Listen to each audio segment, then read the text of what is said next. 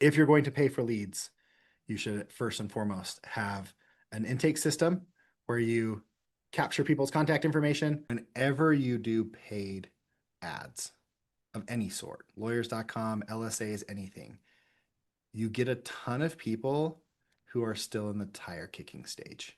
They use Google and they use these other platforms to gain information. So they're not actually consumers yet. They're just learning. Um, which is why I stress, if you're going to do any sort of paid advertising, you should have a very good intake system, a very good follow-up system, and then you need to have some sort of ongoing client relation system, whether they're added to your social media and you do stuff there, whether you're doing an email campaign. I think email campaigns are the easiest way to do it. And so I would start with that first.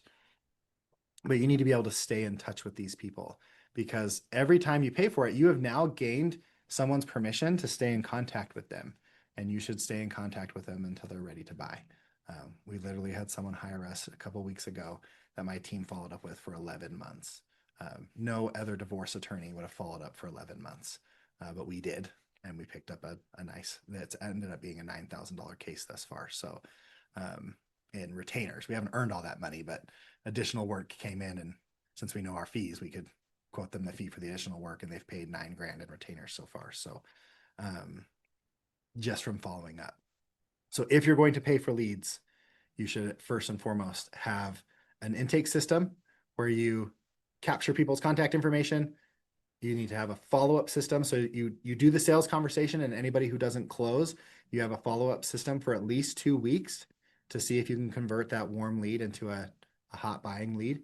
And then everybody who came into your funnel, whether they were cold, medium, or hot, they go into a long-term follow-up system, because you just never know when they'll need your service. And they've given you permission to, they've raised their hand saying, I might be interested in something you do one day. So you keep staying in touch with them until they pay you or tell you to stop.